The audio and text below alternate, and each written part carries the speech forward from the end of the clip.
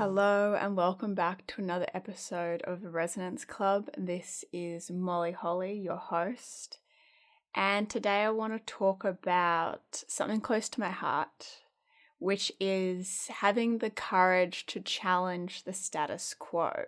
What do I mean by this? Because it doesn't always necessarily require being disruptive, and it's not always necessarily a bad thing. We may consider challenging the status quo or disruption a thing people do when they want attention or when they are seeking out something or just are being rebellious. But challenging the status quo or having the courage to challenge the status quo to me means treating others well when maybe you haven't been treated fairly, can be doing the right thing when everyone else is doing the wrong thing.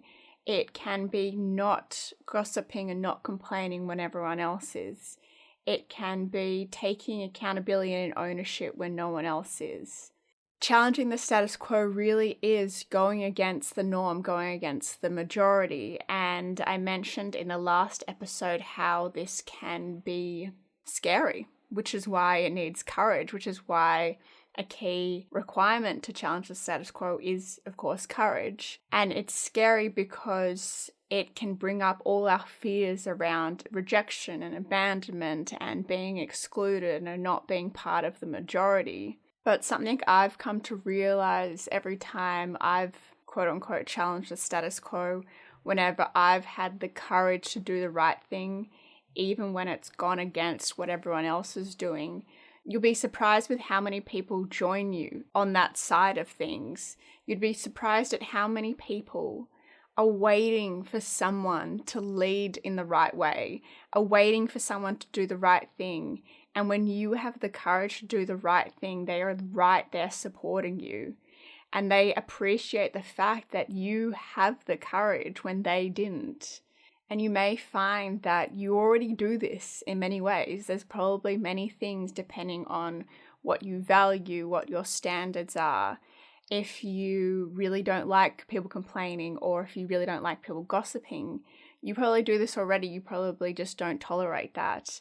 If you are very inclusive and friendly, you probably will not exclude people when everyone else is doing that. Because of course, we don't just challenge the status quo for the sake of it, unless you're feeling wildly rebellious. But of course, if things are the way we want them to be, if the culture at work is good, if what we're experiencing is good, if the interpersonal relationships are good, there's no need to really challenge anything, right? It's when the status quo has become something that feels, and I hate using the word toxic, but it starts to feel unhealthy. It starts to feel stressful. It's something you no longer want to be a part of. It often requires then having the courage to challenge that and not necessarily in big ways. I mean, if you have the nervous system to create big disruptions in your workplace, then reach out to me. Let's have a chat, because I am the same. I definitely wouldn't necessarily recommend it, because you can kind of create a bit of conflict with people that are quite comfortable. For example, one way I can be quite disruptive. When I say this, you're going to be like, really? That's not even that bad. Is I've had managers that have been really rude to me, and I've just, I guess, politely but firmly put them in their place for doing that. And then I've had people go and dob on me for creating conflict or being disruptive because I essentially stood up for myself. Ridiculous, I know. It's actually wild that even has to be challenging the status quo. I would do things like, if my manager spoke to my team in a certain way, I would pull my manager up about it and say, you can't speak to my team like that. It creates, etc., extra anxiety, so forth. And generally really good people that have a level of personal responsibility and self-awareness will actually be like, okay, thank you. Of course, thank you for reminding me I just got caught up in whatever I was doing. Because this is the other thing. I believe that many leaders, many managers have gotten into these positions and roles for good reasons. I don't think everyone just got into it for power and control and authority. Maybe some people did, but I do generally reckon there are at least more than half of the managers and leaders out there got into those roles because they wanted to create a positive influence. They wanted to create a positive impact, and they realized they could do more. They could contribute better and use their skills better by being in these roles. But because they've now been in those roles for so long, they've disconnected from their original purpose, from disappointment, from pressure, from personal issues that have gone on. Their original purpose has been buried under all those responsibilities. And so having someone come along and lead by example and do things that are obviously self-led and stand up for a better culture, to look out for people, to be supportive, to not tolerate being spoken to in a certain way or being disrespected at all. Sometimes it takes someone else to do that, to remind them of why they got into leadership and remind them of the kind of leader they want to be. It took me so long to start reading Brené Brown, like so long. I think I'm one of those people that it's like when everyone's talking about it, I won't do it because everyone's talking about it. So I have only just started, like literally a few days ago, started reading one of Brené Brown's books, Dare to Lead, because when I was looking into books that were really good at articulating the intersection between leadership, emotional awareness, nervous system identity, all that kind of stuff, Dare to Lead came up. And I want to read you one of the quotes that I highlighted in her book. And she says, "We desperately need more leaders who are committed to courageous, wholehearted leadership and who are self-aware enough to lead from their hearts, rather than uninvolved leaders who lead from hurt and fear." Which also got me reflecting, and I realized that if you are listening to this, then you are probably someone who is self-aware, who does want to be a great leader, who does either want to get into leadership to improve things, or you already are a leader and you want to create a great team, a great culture. And so I don't need to convince you that courage is important, that nervous system regulation is important, that self-responsibility, which is essentially, I use the word self-responsibility a lot. So just to define what it means to me is you have the self-awareness, but then you also have the responsibility or ownership by what you become aware of through that self-awareness. And so I probably don't need to convince you of the importance of these things, but you may feel like an outsider for caring about these things. You may feel like you're the only one that actually wants things to be better. Maybe everyone else is constantly looking for ways to optimize and systemize and remove any level of humanness as if it's a malfunction in the system. And so I want to reassure you that you are not the only one that cares about this, and increasingly more studies, like a ridiculous amount of studies, have come out to show that behaviors like nitpicking people and judging and gossiping and bullying and constant overshadowing people actually doesn't optimize performance.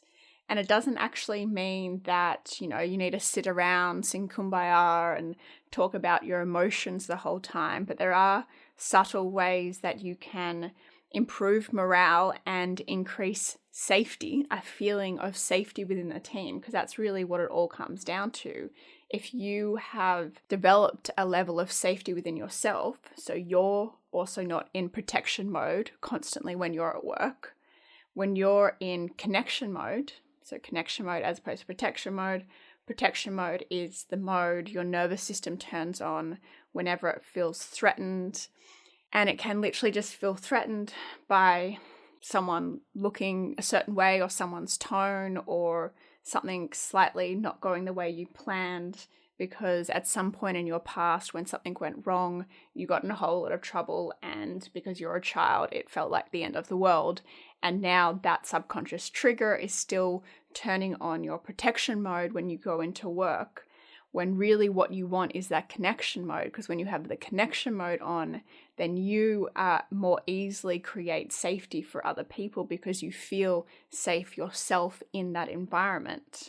Because the problem is protection mode is the needing to tear other people down, even sometimes without realizing it, because you're trying to protect your ego, right? It is the reacting more extremely. It's the reacting instead of responding, essentially, because your system has gone into flight or has gone into fight, and your need to control things is a very fight behavior. It's a very fight stress behavior, needing to make sure everything's okay, doing it all yourself, controlling it, just keeping the problem contained, right? It's very fight. I've got this under control. Flight is the, okay, quickly, we need to do things quick, get it done. So when your nervous system as the leader gets triggered into protection mode, then if anyone else in the team does anything, then your reaction to them is a stress-based reaction, which then puts them in protection mode. And so now everyone's in protection mode, when what you really want is to be in connection mode, because connection mode is where creativity happens, where innovative problem solving happens, where collaboration happens, where camaraderie happens. Literally anything you've ever listed on your dream job happens in connection mode. And when you're in connection mode, it's also a lot easier to have the courage to challenge the status quo as well, because you're not constantly trying to protect yourself from, being rejected or being on the outside, because you feel that innate safety within yourself and within that environment. Being courageous, it can still be scary, of course, asking for respect when people are rude, saying no to something when it's unreasonable, not being involved in, gossip or bullying when everyone else is. These are ways you can challenge the status quo. Sometimes even just not getting stressed about something when everyone else is. I worked with a girl and I loved working with her. She was, my work bestie for sure. Like, I think we kept each other's sanity in check. But that's how she used to challenge the status quo. When everyone was running around like headless chooks, she would just be cool, calm, connected, and it would be fine. She's like, we're going to solve this problem. Why stress about it? And it's like, yes, of course. And people would literally get upset with her. Like, why are you not stressed? Why are you not worried? Why are you not in flight mode doing something about it, as if she needed to be stressed to do something about it? For her, she was like, I don't need to be stressed to do something about it. And me being stressed isn't actually going to help me do anything faster. And so sometimes challenging the status quo is literally choosing not to react to something the way everyone else is reacting. And when you're in connection mode, when your nervous system is regulated, it can still be uncomfortable, it can still be scary, but your nervous system and your thoughts don't go into this panic catastrophizing, I'm going to lose my job, everyone hates me kind of mode. Because if being courageous, if challenging the status quo does create that level of anxiety and panic. I remember there was a phase when I was recovering from being a people pleaser. I think I'm on the other side of that. But any recovering people pleasers would know it's almost like the pendulum swings, right? You say yes to everything, you overcompensate for other people's bad behavior, you just are the yes person that everyone can rely on all the time for everything, right? And then as a recovering people pleaser, you almost flip the other way. You start saying no to everything. You're not going to tolerate any level of disrespect.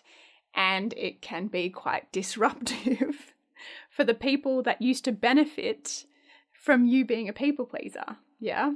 And I remember at the start when I was starting to, shift out of this need to always get approval and always have agreement from everyone, is I remember standing up for myself like once, and then like instant regret and overthinking the whole conversation, and then even wrote an email. I didn't send it, but I wrote an email apologizing for standing up for myself.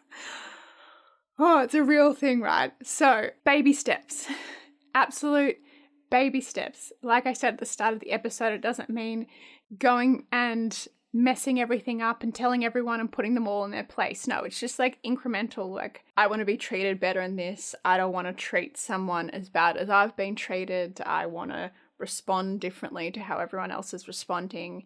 And people will start to notice, and the ones that matter will support you, and they'll start doing the same till the point that your behavior, the positive behavior, the supportive morale, the connection over protection mindset will become the majority.